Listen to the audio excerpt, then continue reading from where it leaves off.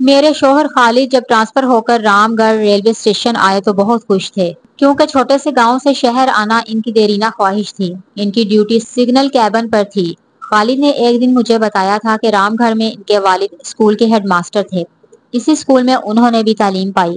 یوں خالد کا بچپن یہاں گزرا۔ رام گڑھ سے ان کی بہت سی پرانی یادیں وابستہ تھیں۔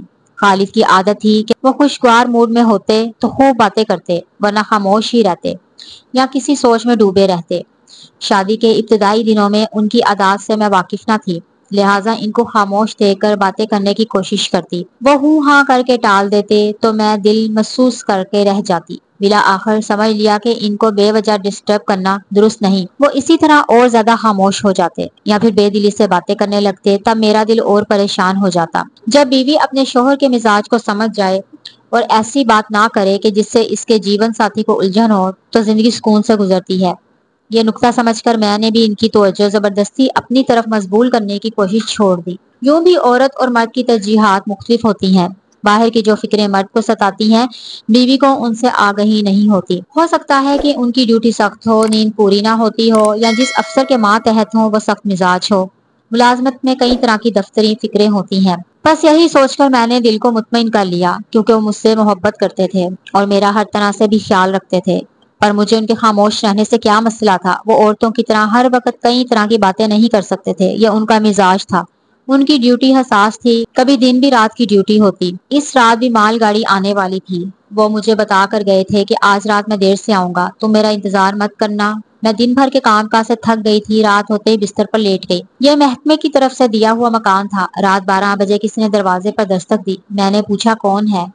باہر سے کسی نے جواب نہ دیا تو میں گھبرا کر اٹھی اور لالٹین جلا کر دیکھا کہ دروازے کی کنڈی خود ہی کھل گئی اور ساتھ ہی دروازہ بھی کھل گیا، مگر کوئی بھی نظر نہ آیا۔ تاہم مجھ کو محسوس ہوا کہ کوئی ہے جو گھر کے اندر آ چکا ہے۔ تبھی خوف سے ٹھنڈی سی پڑ گئی اور چپ چاپ بستر پر آ کر لیٹ گئی۔ اب مجھ میں اٹھنے کی ہمت نہ تھی اور نہ گھر میں یہ دیکھنے کی طاقت کہ دیکھوں کون آیا ہے۔ میں دم سادھے پڑی رہی، میری سانس اندر کی اندر اور باہر کی باہر رہ گئی۔ پھر نہ جانے کس وقت آنکھ لگ گئی، کیا دیکھتی ہوں کہ دروازہ کھلا ہوا ہے اور کوئی عورت گھر کے اندر چلی آئی ہے۔ میں اس سے پوچھتی ہوں کہ تم کون ہو اور میرے گھر کیوں آئی ہو؟ وہ کہتی ہے کہ میرا نام سعدیہ ہے اور میں آپ کے شوہر کو 20 سال سے جانتی ہوں۔ میں نے اس کا بہت برس انتظار کیا ہے، اب میرا انتظار ختم ہونے کو ہے، تم سے اس کو اپنے ساتھ لے جانے کی اجازت لینے آئی ہوں۔ پھر خواب ہی میں مجھ کو جھٹکا لگا اور میں اٹھ کر بیٹھ گئی۔ اس وقت سردی بہت تھی، لیکن لحاف میں بھی مجھے ٹھنڈے پسینے آ رہے تھے اور سارا بدن کپکپا رہا تھا۔ باہر کچھ شور سنائی دے رہا تھا اور تیز بارش بھی۔ کمرے سے باہر دیکھا، واقعی میرے مکان کا بیرونی دروازہ کھلا ہوا تھا۔ ہمت یکجا کر کے میں صحن سے دروازے کی سمت گئی اور دوڑ کر کنڈی لگا دی اور فوراً ہانپتی ہانپتی کمرے کے اندر آ گئی اور بستر پہ لیٹتے ہی بے ہوش ہو گئی۔ مجھے کچھ ہوش نہیں کہ میرے شوہر کب گھر آئے اور مجھے کیسے ہوش میں لائے۔ دروازہ کھٹکھٹاتے جب وہ تھک گئے تو دیوار پھاندتے گھر میں داخل ہوئے تھے اور ڈر گئے تھے کہ جانے مجھ کو کیا ہو گیا ہے، دروازہ نہیں کھولتی۔ میری حالت ذرا سنبھلی تو میں نے اپنے شوہر سے پوچھا، کیا آپ کسی سعدیہ نامی عورت کو جانتے ہیں؟ وہ یہ نام سن کر چونک گئے، کہنے لگے تم کیوں پوچھ رہی ہو؟ تب میں نے انہیں بتایا کہ رات جب میں جاگ رہی تھی تو دروازے کی کنڈی کھلنے کی آواز سنی تھی، تب مجھے یوں محسوس ہوا جیسے کوئی اندر آ گیا ہو۔ ڈر کے مارے اٹھ کے دیکھا نہیں، کمرے کا دروازہ بند کیے پڑی رہی۔ جب آنکھ لگی تب عجیب خواب دیکھا، ایک عورت آئی ہے اور کہتی ہے کہ میرا نام سعدیہ ہے اور میں تمہارے شوہر کو جانتی ہوں۔ بس پھر میں ڈر کے اٹھ کے بیٹھ گئی۔ کمرے کا دروازہ کھول کر صحن میں جھانکا تو باہر کا دروازہ کھلا ہوا تھا، حالانکہ میں آپ کے جانے کے بعد کنڈی لگا کر سوئی تھی۔ اسی خوف کے سبب کمرے میں آتے ہی میں بے ہوش ہو گئی۔ یہ ساری بات میں نے شوہر کو بتا دی، مگر یہ نہیں بتایا کہ خواب میں وہ عورت یہ کہہ رہی تھی کہ میں تمہارے شوہر کو لے جانے آئی ہوں، تو مجھے اجازت دو۔ نہ جانے کیوں یہ بات میرے منہ سے نکالنے کا دل نہیں تھا۔ خالد نے میرے لبوں سے سعدیہ کا نام سنا تو ان کے چہرے کا رنگ بدل گیا، کہنے لگے کیا واقعی خواب میں عورت سعدیہ نام لے رہی تھی؟ میں نے کہا کیوں؟ آپ کو یقین کیوں نہیں آ رہا؟ وہ سوچ میں پڑ گئے اور چہرے کا رنگ پھیکا ہو گیا۔ انہوں نے مجھ سے کہا یہ ایک کہانی ہے۔ میرے اصرار پر انہوں نے یہ کہانی مجھے سنا دی، شاید میرے تجسس پر یا اپنے دل کا بوجھ ہلکا کرنے کے لیے۔ انہوں نے بتایا آج سے 19 سال پہلے جب میں اس گاؤں میں اپنے والد صاحب کے ساتھ رہتا تھا، ایک لڑکی والد صاحب کے پاس ٹیوشن پڑھنے آتی تھی۔ ایک دن اتفاق سے وہ گھر پر موجود نہ تھے۔ اس وقت بادل چھائے ہوئے تھے اور ہوا بھی بہت ٹھنڈی چل رہی تھی۔ گھر میں ہم دونوں کے سوا اور کوئی موجود نہ تھا۔ لڑکی ٹھنڈی ہو کر کانپ رہی تھی۔ میں نے اس کو سردی سے بچنے کے لیے ایک موٹا کمبل دیا۔ اس کے باوجود اس کی کپ کپی نہ گئی۔ وہ مجھ سے کہنے لگی میرے ہاتھ دیکھو کتنے ٹھنڈے ہیں۔ جب میں نے اس کے ہاتھ چھو کر دیکھے تو وہ بہت ٹھنڈے تھے۔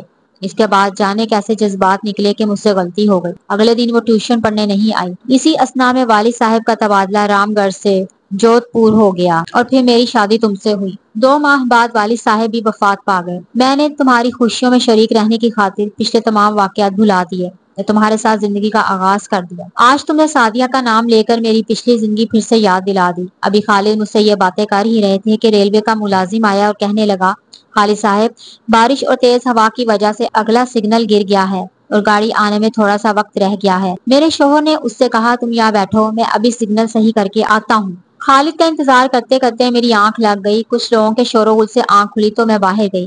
ہمارے دروازے پر ریلوے کا ملازم ابھی تک تھا۔ میں نے پوچھا، صاحب ابھی تک نہیں آئے؟ بی بی نہیں آئے۔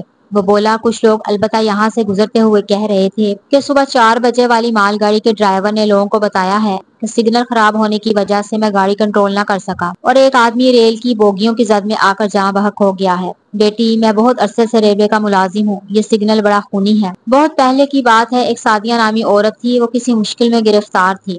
عزت کی خاطر اس سگنل کے قریب اس نے ٹرین کے نیچے آ کر جان دے دی تھی۔ بوڑھے ملازم کی بات سن کر مجھے چکر سا آ گیا۔ میں نے کہا، بابا خدا کے لیے جا کر دیکھو صاحب کیوں نہیں آئے۔ تمہاری بات سن کر میرا دل ڈوب رہا ہے۔ کون آدمی تھا جو ٹرین کی زد میں آ کر؟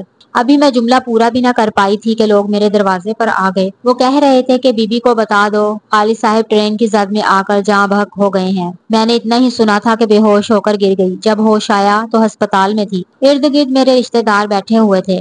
میری دنیا لٹ چکی تھی۔ اس کے بعد زندگی کیسے گزری، قافلے والوں کے ساتھ کیسے پاکستان آئی، یہ الگ داستان ہے۔ اب قبر میں ٹانگیں لٹکائے بیٹھی ہوں۔ زندگی کی سب تلخیاں، بہت سے واقعات، خود پر گزری بیتیاں بھی بھلا چکی ہوں۔ نہیں بھلا سکی تو اس واقعے کو، اس خواب کو جس نے مجھے خبردار کر دیا تھا کہ تمہارے اوپر کوئی طوفان آنے والا ہے۔ میں یوں ہی خوف زدہ نہیں ہوئی تھی۔ کچھ خواب ہم دیکھتے ہیں، بھلا دیتے ہیں، کچھ یاد رہتے ہیں، مگر وہ بے معنی، بے اثر سے ہو جاتے ہیں۔ لیکن کوئی خواب ایسا ہوتا ہے جو روز روشن کی طرح عیاں ہوتا ہے۔ خدا کرے ایسا خواب کسی سہاگن کو نہ آئے، جو ایک بھیانک حقیقت کے روپ میں آج بھی شعور میں ایک جیتی جاگتی تصویر کی طرح زندہ ہے۔